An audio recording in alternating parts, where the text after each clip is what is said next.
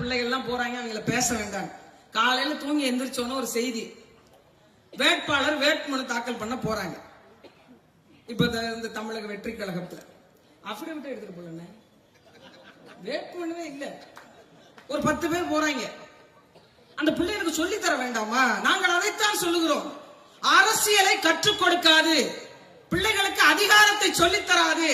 இந்த மண்ணினுடைய வளம் வளர்ச்சி எதை நோக்கி பயணித்தது, எத்தனை ஆண்டு கால மாற்றத்துக்கு பிறகு இந்த மண்ணினுடைய வேர்கள் ஊன்றப்பட்டிருக்கிறது என்று எதையுமே கடத்தாம வேட்புமனுவே இல்லாம வேட்புமனு தாக்கல் பண்ண போனாங்க. அதிகாரி கேட்கிறாங்க, எங்க உங்க வேட்புமனு கொடுங்க. என்ன கேக்குறீங்க? வேட்பு மனுமா? வெள்ளையா ஒரு படிவம் இருக்கும், வெளியில இருக்கும் பாருங்க, அது மாதிரி இருக்கும். அதுல உங்களோட தகவல்கள் எல்லாம் ஃபில் பண்ணி, அதை சொல்லலையே, அது வீட்டுல எல்லாம் வச்சுட்டு வந்துட்டேன். அதுதான் இங்க பண்ணணும். அப்ப எப்படிப்பட்ட ஒரு சூழ்நிலையை நோக்கி போய் கொண்டிருக்கு பாருங்க. இந்த பகுதியில் போட்டியிடக்கூடிய மரியாதைக்குரிய ரோஹிணி தோட்டனுடைய உரிமையாளர், அவருக்கு என்னங்க மக்களுடைய பிரச்சனை தெரியும்? இடம் தெரியுமா? வளம் தெரியுமா? இந்த பகுதியில் எத்தனை வார்டு இருக்குன்னு தெரியுமா? 145வது வார்டுல என்ன பிரச்சனை இருக்குன்னு தெரியுமா? அவர் அமைச்சராக இருந்த காலகட்டத்தில் தான் இந்த பகுதியில் ஆரம்ப சுகாதார நிலையம் வந்தது, நியாய விலை கடைகள் வந்தது, பாதாள சாக்கடை திட்டம் வந்தது, குடிநீர் திட்டம் வந்தது. ஒவ்வொரு 5 ஆண்டு காலகட்டத்தில் ஒரு மனிதனால் இவ்வளவு செய்ய முடியும் என்றால், வரக்கூடிய வெற்றியும் நீங்கள் கொடுத்தீர்கள் என்றால், இந்த மண்ணில் என்னவெல்லாம் நலத்திட்டங்கள் சொல்லி இருக்கிறார்களோ அத்தனையும் செய்ய முடியும். பெண்களுக்கு 1000 திட்டங்களை வகுத்து வைத்திருந்தது அண்ணா திராவிட முன்னேற்ற கழகத்தினுடைய அரசு. புரட்சி தலைவி அம்மா அவர்கள் ஏதோ சாதாரணமா கடந்துட்டு ஒரு திட்டத்தை அப்படியே குறிப்பெடுத்துட்டு போகலங்க. இந்த தாலிக்கு தங்கம் திட்டம் இருக்கு பாருங்க. நான் கூட முன்னாடி எல்லாம் நினைச்சேன், இந்த தாலிக்கு தங்கம் திட்டம் என்ன அப்படி ஒரு பெருமையான திட்டம் என்று.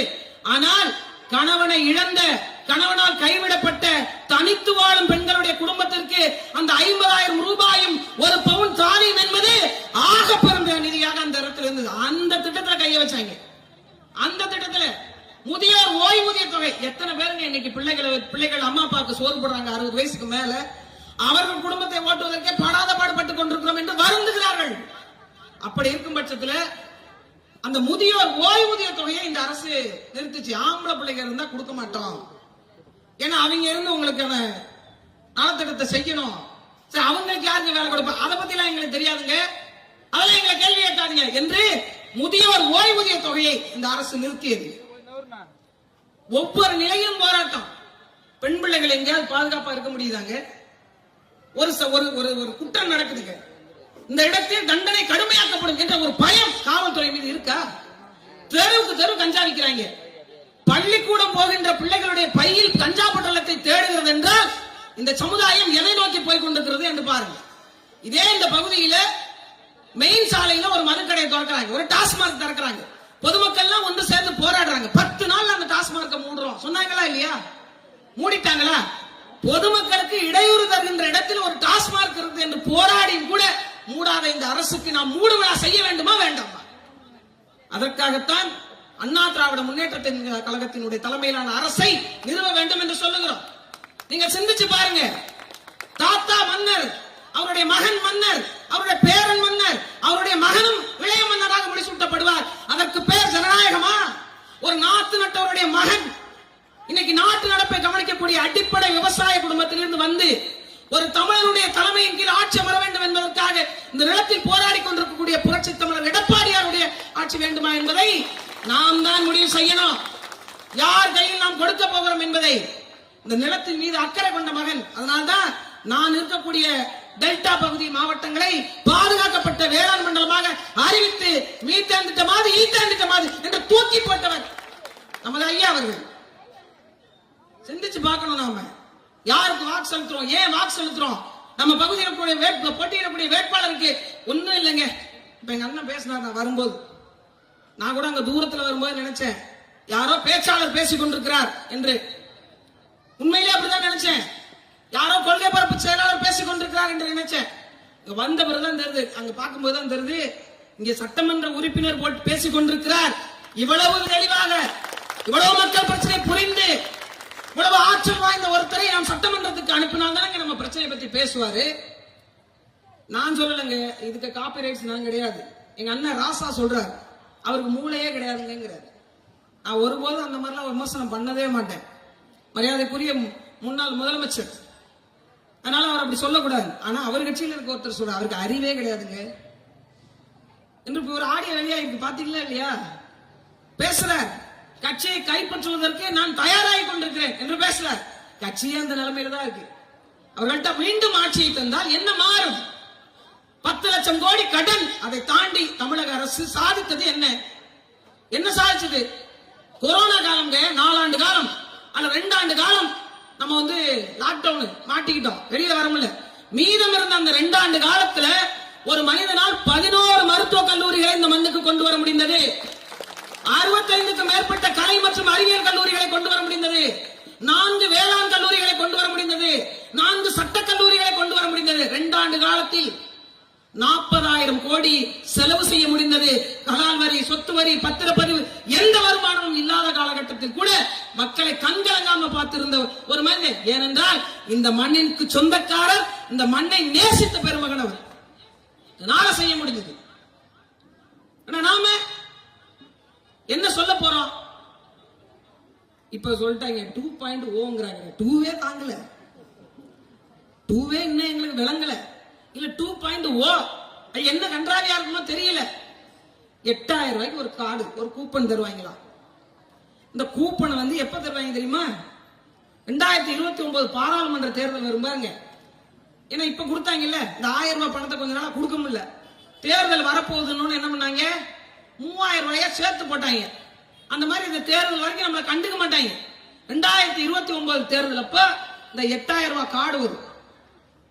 அதையும் அந்த போன்ல தான் சொல்றாங்க, நீங்கள் மிக்சி வாங்க வேண்டுமா, நீங்கள் கிரைண்டர் வாங்க வேண்டுமா, ஆமா அப்படிதான் சொன்னாங்க, நீங்கள் ஃப்ரிட்ஜ் வாங்க வேண்டுமா, நீங்கள் டிவி வாங்க வேண்டுமா. எனக்கு என்னமோ சத்யாவின் ஆஃபர் என்றென்றும் சூப்பர் ஒரு விளம்பரம் வருது. சத்தியமா எனக்கு அப்படிதான் தோணுச்சு.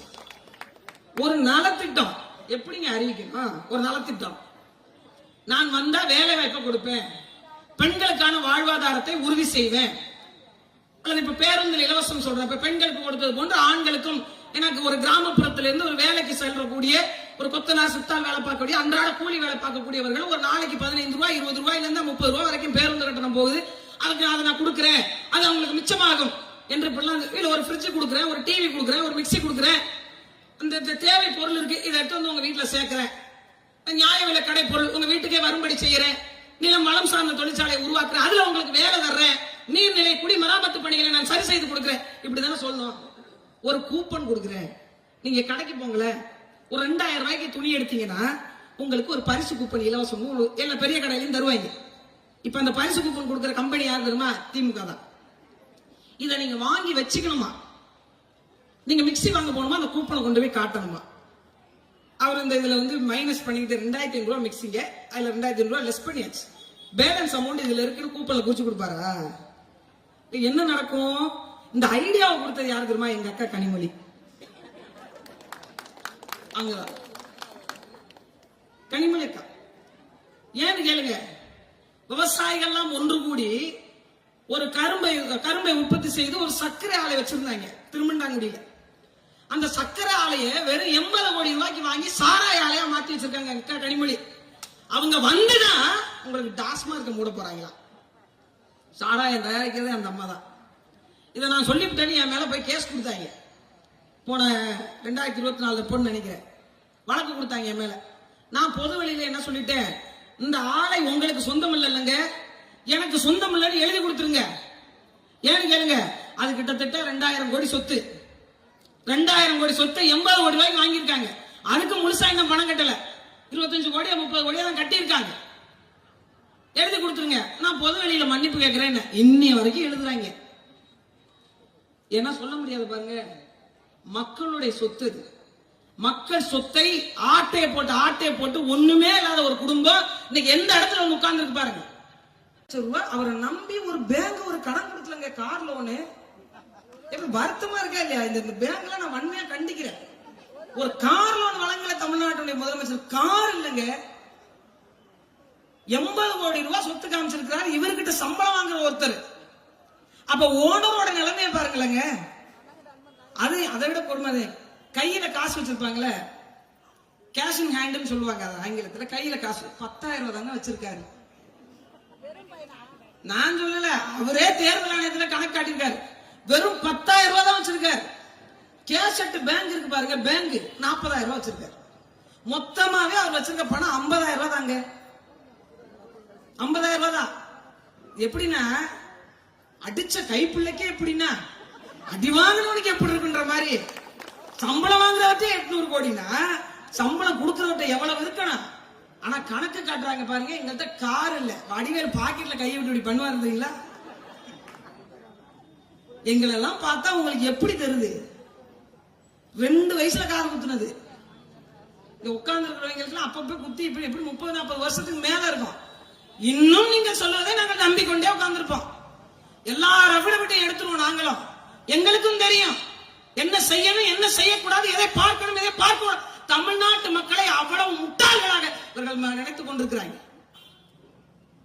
அவ்வளவு முட்டாள்களாக. சாதியை வைத்து நாங்கள் அரசியல் செய்ய மாட்டோம். ஒரு இடத்திலேயாவது ஆதி தமிழ்குடி மக்களுக்கான பொது அமைச்சரவை கொடுத்திருக்காங்களா?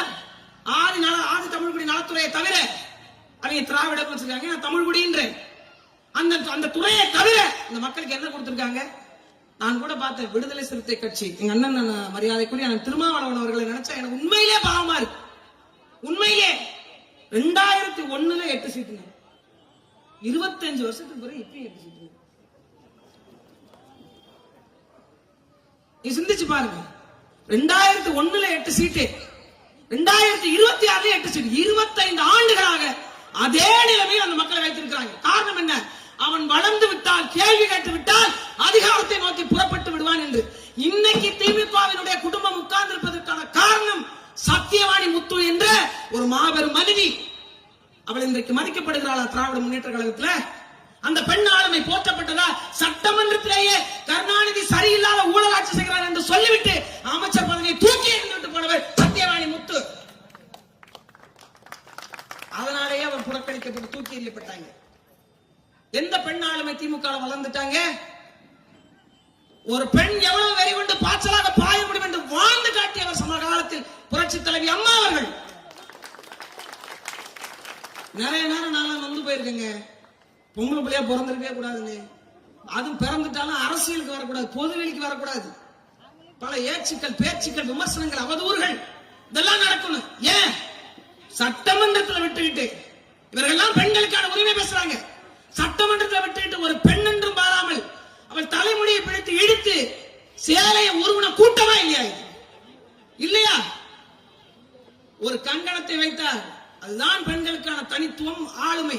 அவள் காளியின் வடிவமாக நின்று சொன்னால் ஒரு வார்த்தை, இந்த சட்டமன்றத்தில் நான் வந்தால் முதலமைச்சராகத்தான் வருவேன்.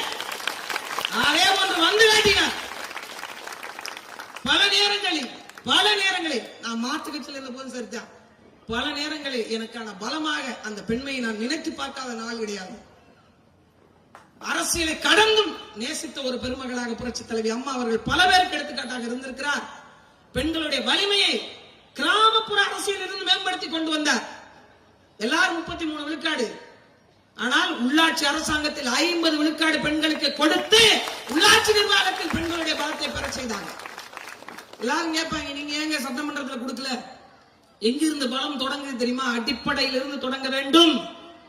அங்கு தொடங்கினால்தான் இங்கு மாற்றம் வரும். உடனே எல்லாவற்றையும் செய்துவிட்டு ஓடிவிட முடியாது என்பதை சிந்தித்து சிந்தித்து செயல்படுத்தினார். இங்க பெண்கள் நிறைய பேர் அமர்ந்திருக்கீங்க. ஒரு பெண் ஒரு வாழ்வை நடத்துவதற்கு இந்த களம் போதுமானதாக இருக்கிறதா என்று சிந்திச்சு பாருங்க. நான் கடன் வாங்காம இருக்கிறேன், என் பிள்ளை இலவசமா படிக்குது, எனக்கு நல்ல மருத்துவம் கிடைக்குது, நல்ல தண்ணி கிடைக்குது, நல்ல வேலை வாய்ப்பு இருக்கு, சுத்தமான காத்து வருது, நான் சுகாதாரமாக இருக்கிறேன் என்று யாராலையாவது சொல்ல முடியுமா? எதுவுமே இல்லைங்க. அப்புறம் என்னங்க வளர்ச்சி பாதையை நோக்கி இவர்கள் போய் கொண்டிருக்கிறாங்க?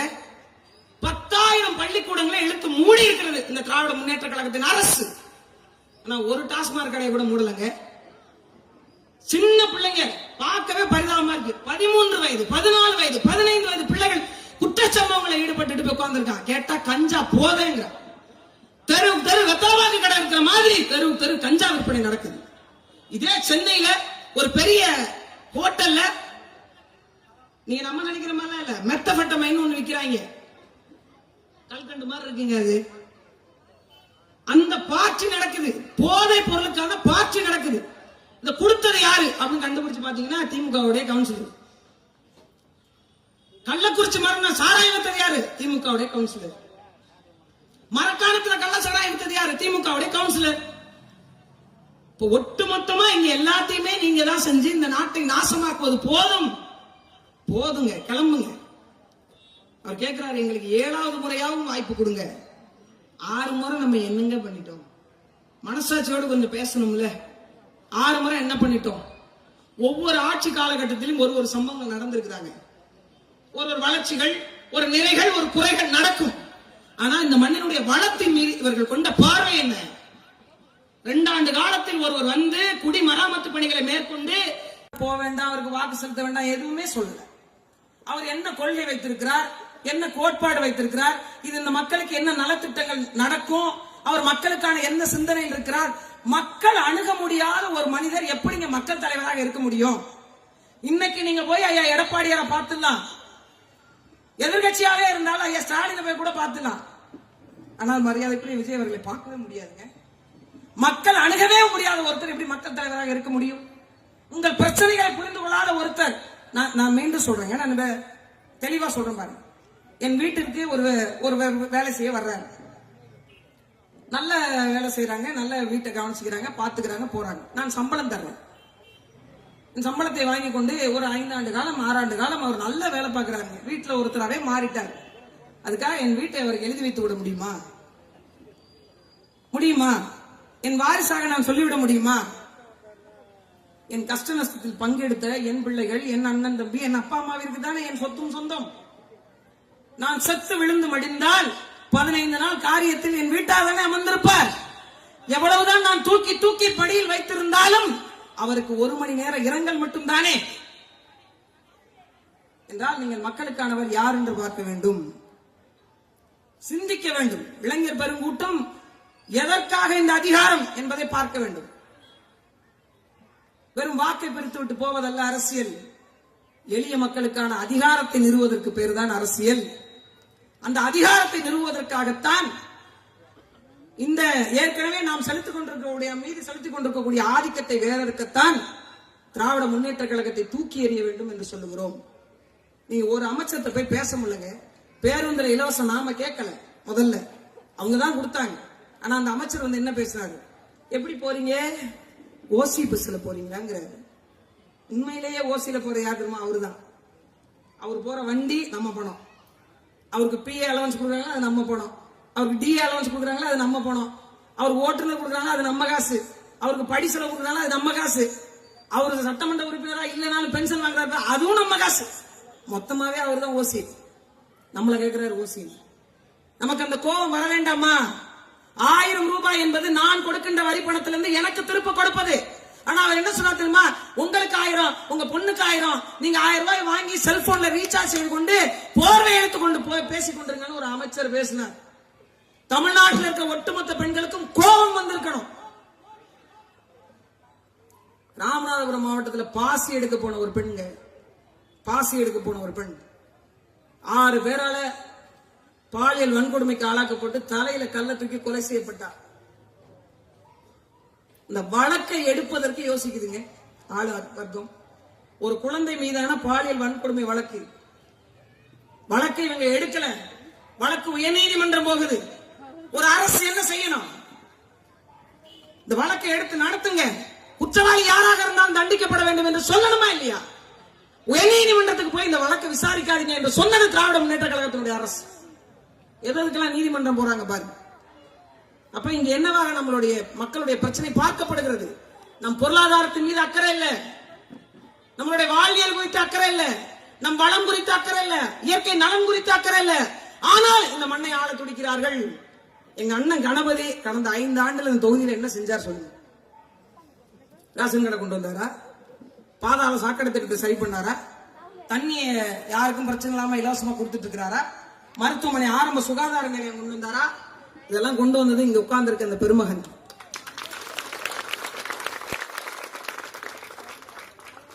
மக்கள் நம்மளை நம்பி வாக்கு செலுத்துறாங்க. கொஞ்சமாவது உண்மையா இருக்க வேண்டாமா? இந்த 5 ஆண்டு காலத்தில் அவர் இந்த மண்ணுக்கும் இந்த மக்களுக்கும் செஞ்ச ஏதாவது நலத்திட்டங்கள் செய்திருந்தா அவர் வீதி வீதியா வந்து எதுக்கு ஓட்டு கேட்கணும்? எதுக்கு ஓட்டு கேட்கணும்? போனை திறந்தா ஓட்டு கேட்கிறாங்க, டிவியை திறந்தா ஓட்டு கேட்கிறாங்க, வாசலுக்கு வந்து தூங்கிட்டு இருக்கும் போதே போஸ்டர் ஓட்டிட்டு போயிடுறாங்க. எதுக்கு? நீங்க தான் நிறைய நலத்திட்டங்கள் செஞ்சிருக்கீங்க. 525 வாக்குறுதிகள் கொடுத்தாங்க. அதுல வந்து 2024 சொன்னாங்க நாங்க 90% நிறைவேற்றிட்டோம். பாக்கி எவ்வளவுங்க இருந்து 10. அந்த 10 அந்த 2 வருஷத்துல நிறைவேற்றிருக்கணும். அவ்வளவுதானங்க, முடிஞ்சு போச்சுல்ல.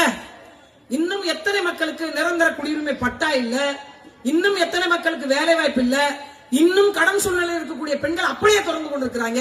ஆனாலும் அவர்கள் சொல்லுகிறார்கள், ஆனாலும் நாங்க வந்து வளர்ச்சி பாதை கொண்டு போயிட்டோம்ன்றாங்க.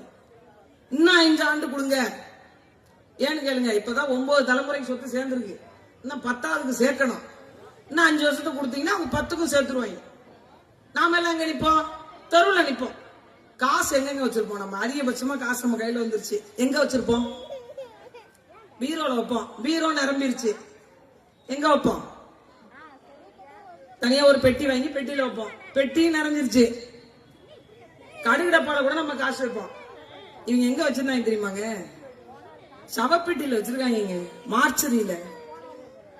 வீட்டுல வச்சு, காட்டுல வச்சு, குடவுன்ல வச்சு, தனியா இருந்த இடத்துல எல்லாம் வச்சு பத்தல. அவங்க அந்த மார்ச்சரியில, அவங்க நடத்துகின்ற ஹாஸ்பிட்டல கூட மார்ச்சரியில வச்சிருக்காங்க. பணத்தை தள்ளுவாங்கல்ல, அதுல பணத்தை தள்ளி வச்சிருக்காங்க. அவ்வளவு பணம். நீங்க இங்க இருந்து ஒரு 500 கட்டுக்கட்டா அடுக்குனீங்கன்னு வச்சுக்கோங்க, ஏன்னா 40 வரைக்கும் அடுக்கலாமா? ஆமாங்க. பல இளைஞர்களுடைய காலை நேர உணவா இருக்கட்டும், மதிய நேர உணவா இருக்கட்டும், ஒரு 20,000 ரூபாய் 15,000 ரூபாய் சம்பளம் வாங்குற பிள்ளைங்க ஒரு உணவகத்துல போய் ஒரு நாளைக்கு 200 ரூபாய் 100 ரூபாய் செலவு பண்ணி சாப்பிட முடியாது. அம்மா உணவகம்னு ஒரு உணவகத்தை கொண்டு வந்தாங்க அம்மா. அந்த இடத்துல போய் காலையில ஒரு 10 ரூபாய்க்கு இட்லி சாப்பிட்டா போதும், ஒரு 15 ரூபாய்க்கு ஒரு சாப்பாடு சாப்பிட்டா போதும் என்று இருந்த அந்த உணவகத்தை இழுத்து மூடினாங்க. எத்தனை பேரோட பரிதவிப்பு தெரியுமா? வேலை இல்லாமல் வேலை தென்றுக்கு தேடிக்கொண்டிருக்கக்கூடிய எத்தனை இளைஞர்களுக்கு உணவுப்பட்ட அந்த கூடத்தை ஒழித்து கட்டினாங்க இவங்க. மீண்டும் அந்த உணவகங்கள் திறக்கப்பட வேண்டும் என்றால் நீங்கள் வெற்றி சின்னமாம் இரட்டை இலைக்கு வாக்கு செலுத்தி வெல்ல வைக்க வேண்டும். நான் அதிமுகவிற்கு வந்து பேசுகின்ற முதல் மேடை இது. இந்த இடத்தில் நான் சொல்லுகிறேன், உறுதியாக சொல்லுகிறேன், வருகின்ற ஆட்சி அண்ணா திராவிட முன்னேற்ற கழகத்தின் ஆட்சிதான். பல நேரங்களில் பல சூழல்களில் நம் நாடு மிகப்பெரிய பொருளாதார ஏற்ற இறக்கத்தை சந்தித்த போதும் கூட அதை தூக்கி நிறுத்தி இருக்கிறது அண்ணா திராவிட முன்னேற்ற கழகம். இங்க எல்லாம் சொன்னாங்க நிறைய பேர், இல்லப்பா அவங்க எல்லாம் செதஞ்சு போயிட்டாங்கப்பா, அவங்க ஒன்னும் இல்லப்பா, முன்ன மாதிரி இல்லப்பா, அது அம்மா இருக்கிற மாதிரி ஆகாதுப்பா என்று. ஒரு ஜனநாயகம் எங்கிருந்து தொடங்குகிறது தெரியுமா? ஒரு கட்சியினுடைய அடிப்படை உறுப்பினர் இருந்து ஒருவன் தொடங்கி வந்து ஆட்சி அதிகாரத்தை அமர்கிறானோ அங்குதான் ஜனநாயகம் வலுப்பெறுகிறது. அப்படி அமர்ந்திருக்கிற வலு அண்ணா திராவிட முன்னேற்ற கழகத்தின் வலு. நான் மீண்டும் சொல்றேன், நீங்க பெண் உரிமை பேசக்கூடிய திராவிட முன்னேற்ற கழகம் அக்கா கனிமொழி அவர்களை கட்சியினுடைய தலைவராக முதலமைச்சர் கேண்டிடேட்டாக அறிவிக்க முடியுமா? வாய்ப்பு இருக்கிறதா? எங்க அண்ணன் ராசா அதற்காக துடித்துக் கொண்டிருக்கிறாரு. அதற்கான சந்தர்ப்பமோ சூழ்நிலையோ அமைய வாய்ப்பு இருக்கிறதா? வாரிசை தவிர வேற யாராவது அந்த இடத்தில் வந்து நிற்க முடியுமா? ஆனால் இந்த கட்சி அப்படிப்பட்டதல்ல. ஒரு சாமானியனும் சாதனை படைக்க முடியும் என்பதை விளக்கி காட்டியிருக்கக்கூடிய ஒரு அமைப்பு. அப்படிப்பட்ட ஒரு அமைப்போடு உடன் நிற்பது நமக்கு மிகப்பெரிய ஒரு கொடுப்பினை. இன்னைக்கும் ஆதி தமிழ்குடி மக்கள்ல வரக்கூடிய ஊராட்சி மன்ற தலைவர்கள் அம்மா ஆட்சி காலத்தில் மட்டும் சுதந்திரமாக இருந்தார்கள். ஐயா எடப்பாடியார் ஆட்சி காலத்தில் சுதந்திரமாக இருந்தார்கள். இன்னைக்கு அவர்களால போய் அந்த சீட்ல உட்கார முடியலங்க. அந்த சீட்ல உட்கார முடியல. என்ன 8வது தான் படிக்கிறார். அவரும் அவர் நண்பரும் சேர்ந்து ஒரு 6 வயது குழந்தைய கொண்டு போய் பாலியல் வன்கொடுமை செஞ்சிருக்காங்க. அந்த பிள்ளைக்கு என்னன்னு தெரியாது, இந்த பிள்ளைக்கு என்னன்னு தெரியாது. தெரியாதுங்க. கூப்பிட்டு கேக்குறாங்க அந்த பிள்ளை, அந்த பையனை பிடிச்சிட்டாங்க. பிடிச்சு கேக்குறாங்க. 6 நாள் கழித்து அவர் கைது செய்யப்பட்டார். அந்த பிள்ளை கூப்பிட்டு கேக்குறாங்க, எதுவுமே தெரியலங்க, அவன் சுயநினைவிலே இல்ல. 3 நாளுக்கு முன்னாடி போட்ட அந்த போதை அவன் அந்த நேரத்திலும் தள்ளாடி கொண்டிருக்கிறான். ஒரு 8ஆம் வகுப்பு படிக்கக்கூடிய வயது. அந்த வயதில் அவனுக்கு கஞ்சா பொட்டலம் எளிமையாக கிடைக்கிறது என்றால் இங்கு சட்டம் ஒழுங்கு சந்தி சிரிக்கிறதா இல்லையா கூட பார்க்க முடியலங்க. ஒரு நல்ல காத்து கிடையாது. ஒரு மரம் வளர்ப்பு குறித்து இருக்கின்ற ஏரி கம்மா எல்லாத்தையும் முடிச்சு விட்டாச்சு. ஒரு மரம் வளர்ப்பு பத்தி இந்த அரசு ஏதாவது செய்திருக்கிறதா? இந்த குடிமராமத்து பணிகள் அவர் செஞ்சு விட்டுட்டு போனாரு. நடந்தாய் வாழி காவேரின்னு ஒரு திட்டம். காவேரி படுகை முழுக்க இருக்கக்கூடிய பழிகளை சமப்படுத்துறதும் சரி செய்யறதும் மரங்கள் நடுறதும். அது அதிமுக ஆட்சி காலத்தில் கொண்டு வரப்பட்டது. அந்த ஒற்றை காலத்துக்காக தடுத்து நிறுத்தி வச்சிருக்காங்க. 12,000 கோடி திட்டம் இந்த காலத்துல கொண்டு வந்துட்டாங்க. அதனால நம்ம நடத்திடக்கூடாது, ஏன்னா பேரு எடப்பாடிக்கு போயிடும் அப்படிங்கிறதுக்காக அந்த திட்டம் நிறுத்தி வைக்கப்பட்டது. அதே போன்றுதான் ஆடு மாடுகள் வழங்கும் திட்டம், கால்நடைகள் வழங்குற திட்டம், இந்த மருத்துவ உதவி திட்டம், மகப்பேறு உதவித்தொகை திட்டம். முன்னாடி ஒரு 6,000 ரூபாய், அப்புறம் 12,000 ரூபாய் கொடுத்துட்டு இருந்தாங்க. 2 குழந்தை பிறந்தது அப்படின்னா அந்த பிள்ளைகளுக்கான ஒரு காப்பீடு மாதிரி போட்டு வச்சுக்கிறதுக்கு வழங்குற திட்டம் அது. அந்த திட்டத்தை நிறுத்தினாங்க. இந்த தாலிக்கு தங்கம் வழங்குற திட்டத்தை நிறுத்தினாங்க. இவர் வந்து ஒரு தடவை சொன்னார், எடப்பாடி அவர்கள் 2,500 ரூபாய் கூடுதல் கொடுத்துருப்போம். ராமானுஜமே தோற்றுவார். அவர் சொன்னார், நீங்கள் 5,000 ரூபாய் கொடுக்கணும், கூடுதலாக ஒரு 1,500 ரூபாய் கொடுக்கணும். எங்க ஊர் கணக்குப்படி 2,500, 1,500, 4,000 தான். நான் படிச்ச வாத்தியார்த்த அவங்களுக்கு மட்டும் 5,000. சரி வந்தா இவரு 5,000 ரூபாய் கொடுத்துருவாரு போல அப்படின்னு நாம நினைச்சோம். அந்த கொடுத்தாரு பாருங்க. முதல்ல காசே கொடுக்கலங்க. அதுக்கு பிறகுதான் ஏதோ போட்டு சமாளிச்சு ஏதோ கொடுப்போம் அப்படிங்கிற மாதிரி. எனக்கு பிரச்சனை பெருசாயிடுச்சு. அவங்களாவது இந்த காசு கொடுத்தாங்க, நீங்க ஒண்ணுமே பண்ணலையே அப்படி. இன்றைக்கும் நான் சொல்லுகிறேன், நான் மீண்டும் சொல்லுகிறேன், இலவசத்தை தாண்டி நம் உரிமை என்ற ஒரு விடயம் இருக்கிறது. அதை மக்கள் புரிந்து கொள்ள வேண்டும். காலம் காலமாக நாம் கடந்து வந்த பாதையெல்லாம் தெளிவு பெற்று வரக்கூடிய அரசியல் தேர்வை நாம் முடிவு செய்ய வேண்டும். என்னென்ன திட்டங்கள் சொல்லி இருக்கிறாங்க நீங்க பார்க்கணும். மாணவர்களுக்கு, மீனவர்களுக்கு, விவசாயிகளுக்கு, பெண்களுக்கு, தொழிலாளர்களுக்கு எல்லாவற்றிற்கும் சேர்ந்து ஒரு வரைவை, கிட்டத்தட்ட 300க்கு உட்பட்ட வரைவை அண்ணா திராவிட முன்னேற்ற கழகம் கொடுத்திருக்கிறது. வீட்டுக்கு ஒரு ஃப்ரிட்ஜ் கொடுப்போம் அப்படிங்கிறது, நானே முன்னாடிலாம் ஒரு சில இடத்துல இந்த டிவி கொடுக்கறது, மிக்சி கொடுக்கறதுலாம் நான் விமர்சனம் செய்திருக்கிறேன், நான் மறுக்கல. ஆனா ஒரு குடிசை வீட்டு ஒத்த லைட் எரியுது, அந்த அம்மா தேங்காய் அரைக்கிறதுக்கு அம்மியை பயன்படுத்துறாங்க, முடியல, வயசாயிடுச்சு, என்ன பண்றது? பக்கத்து வீட்டுல போய் அரைச்சிட்டு வரும்போது நமக்கு அது புலப்படுது. அந்த வீட்டுல ஒரு இலவச மிக்சி இருந்தா அந்த அம்மா அரைச்சிருக்குமே அப்படின்ற விஷயம் அவங்க சொல்றாங்கல்ல நமக்கு. அப்படி ஒரு சாமானிய மக்கள் சொல்லும் போது நமக்கு அது புலப்படுது. என்றால் இந்த திட்டம் உங்கள் கைகளில் நேரடியாக, 2 கட்சிக்கு என்ன தெரியுமா வித்தியாசம்? இவங்க வெறும் காகிதத்தில் கொடுப்பாங்க, அதிமுக கைகளில் கொண்டு வந்து சேர்க்கும். 2 கட்சிகளுடைய வித்தியாசம் அதுதான். மக்கள் வாழ்வியலோடு கலந்த திட்டங்களை அண்ணா திராவிட முன்னேற்ற கழகம் அறிவித்திருக்கிறது. திராவிட முன்னேற்ற கழகம் மேடையில் உட்கார்ந்து கொண்டு 400 கோடி ரூபாய் பணத்தை கொடுத்து அந்த தேர்தல் வியூக வகுப்பாளர் கொடுப்பதை உங்களிடம் கொடுத்துக் கொண்டிருக்கிறது. 2க்கும் வேறுபாடு இருக்கிறது. என் வீட்டு மரணம் என் வீட்டாருக்கு மட்டும்தான் இழப்பு, மற்றவர்களுக்கு அது செய்தி. அப்படித்தான்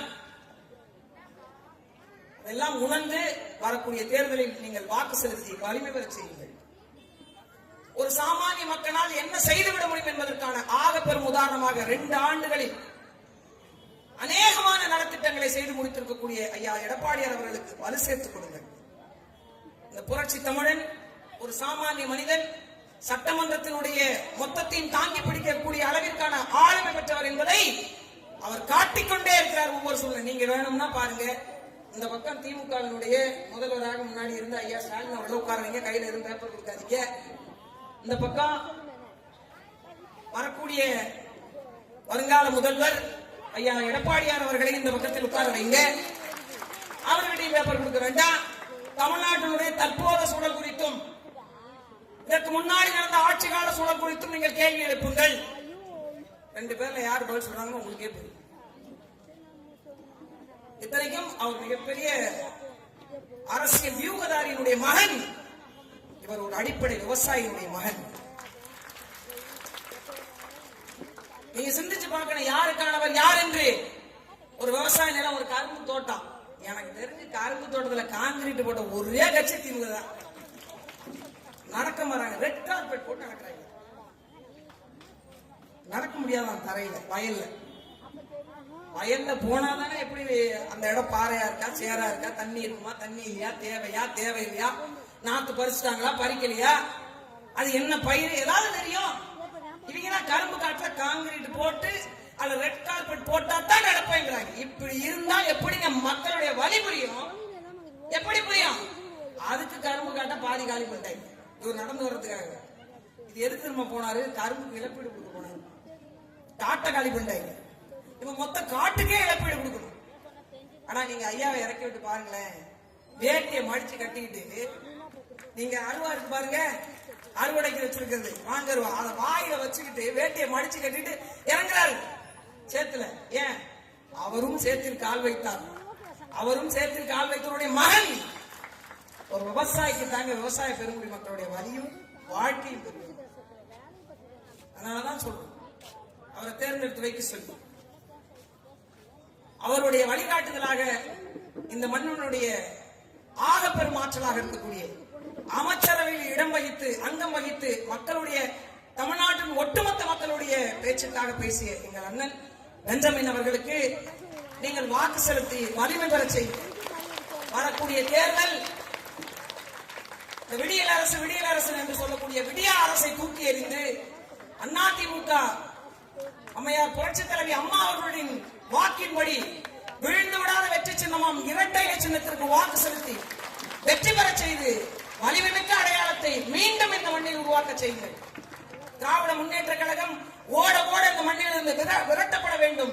தமிழர்களை ஒட்டுமொத்தமாக அழித்து குவித்த அந்த ஆட்சி அதிகாரத்துக்கு முடிவு கட்டி அண்ணா திராவிடத்தின் ஆட்சியை அரியணை ஏற்ற செய்து அடிப்படை தமிழனான ஐயா எடப்பாடியார் அவர்களை முதலமைச்சராக இந்த மண்ணில் மீண்டும் வர வைப்பதற்கான மிக பெரும் வாய்ப்பு உங்கள் கைகளில் இருக்கிறது. நீங்கள் இனிமேல் கடன் வாங்க வேண்டாம். பெண்களுடைய பாதுகாப்பை எண்ணி கவலைப்பட வேண்டாம்.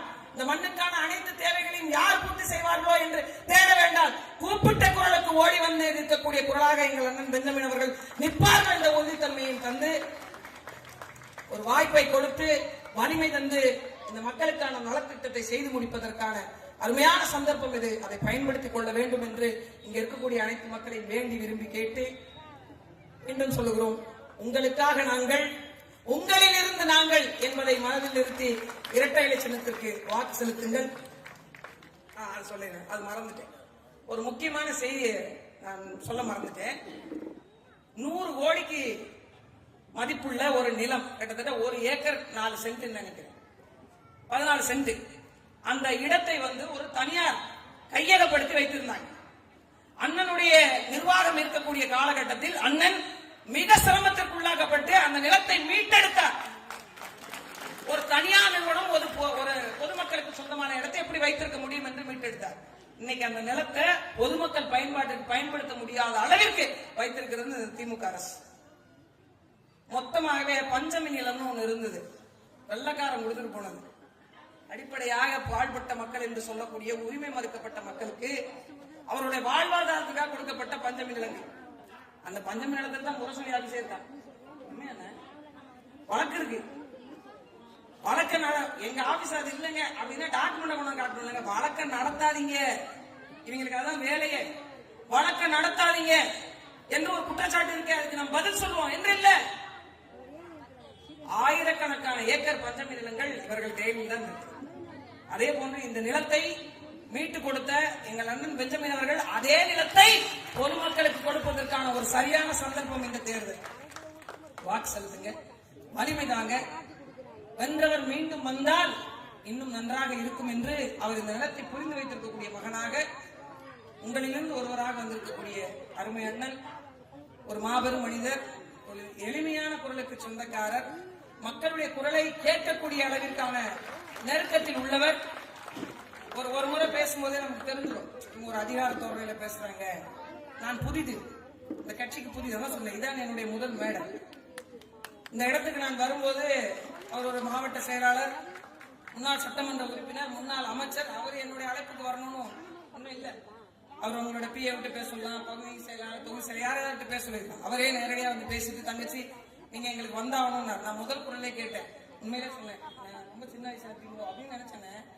குரல் ரொம்ப சின்னதாகவும் ரொம்ப எளிமையாகவும், உண்மையிலேயே நம்ம வீட்டு ஒரு அண்ணன், என்னோட சொந்த அண்ணன், எனக்கு எல்லாரையும் தலைவர் தொண்டர்னு கூப்பிட்டுனார். எனக்கு பழக்கமே கிடையாது. எனக்கு மூத்தவர்கள் அண்ணன், எனக்கு இளையவர் தம்பி, வயதில் இன்னும் மூத்தவர் எனக்கு அப்பா. அப்படித்தான். அப்படி நான் கூப்பிடும் போது ஒரு உறவு பலப்படும் இல்லையா, ஒரு நம்பிக்கை பலப்படும் இல்லையா.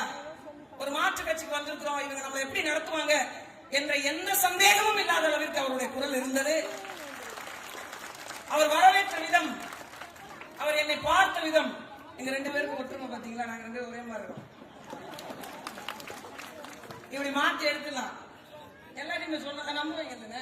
அவர் அண்ணா நான் தங்கச்சி யாருன்னாலும் சொல்லுவாங்க. இது இந்த மண்ணினுடைய நிறம், இந்த மண்ணினுடைய மொழி, இந்த மண்ணினுடைய நடை, இந்த மண்ணினுடைய அழகு, இந்த மண்ணினுடைய வீரம், இந்த மண்ணினுடைய தீரம். அதனால உங்கள் வீட்டு பிள்ளை என்று சொல்லக்கூடிய ஒரே ஆற்றல் படைத்த மனிதர் இவர்தான் இந்த பகுதி. நீங்க சொல்லலாம் எங்க அண்ணா ரேவந்த் அண்ணன் பேரு, நீங்க போய் அவரை ஒரு முறை பார்த்துட்டாவது வாங்கல, அவர் எட்டிட முடியுமான்னு பாருங்க, உங்கள் பிரச்சனைகளை சொல்ல முடியுமான்னு பாருங்க. ஒரு சில பேருக்கு பதவி வந்தோட ஒரு அதிகாரம் வந்துடும். எம்ஜிஆர் அவர்கள் சொன்னது மாதிரிதான், பதவி வரும்போது பணிவு வரணும், துணிவு வரணும். சரிங்களா? அப்பதான் ஒரு ஆட்சி அதிகாரத்தை வெல்ல முடியும், அதிகாரத்தை நிலைபெற செய்யவும் முடியும். அதனால அருமை சொந்தங்கள், அது போன்ற ஒரு அன்பான மனிதருக்கு, நம்மளோட குரலை கேட்கின்ற மனிதருக்கு, நம் பிரச்சனைகளை பேச தெரிந்த மனிதருக்கு வாக்கு செலுத்தி வெல்ல வையுங்கள். மீண்டும் இந்த மண்ணில் அம்மா கண்ட, ஐயா கண்ட வெற்றி சின்னம், அம்மா கண்ட வெற்றி சின்னம், புரட்சி தலைவர் எம்ஜிஆருடைய வெற்றி சின்னம், இரட்டை இலை சின்னம் வென்றதாக, சரித்திரம் படைத்ததாக வரலாறு பேசட்டும். நன்றி, வணக்கம்.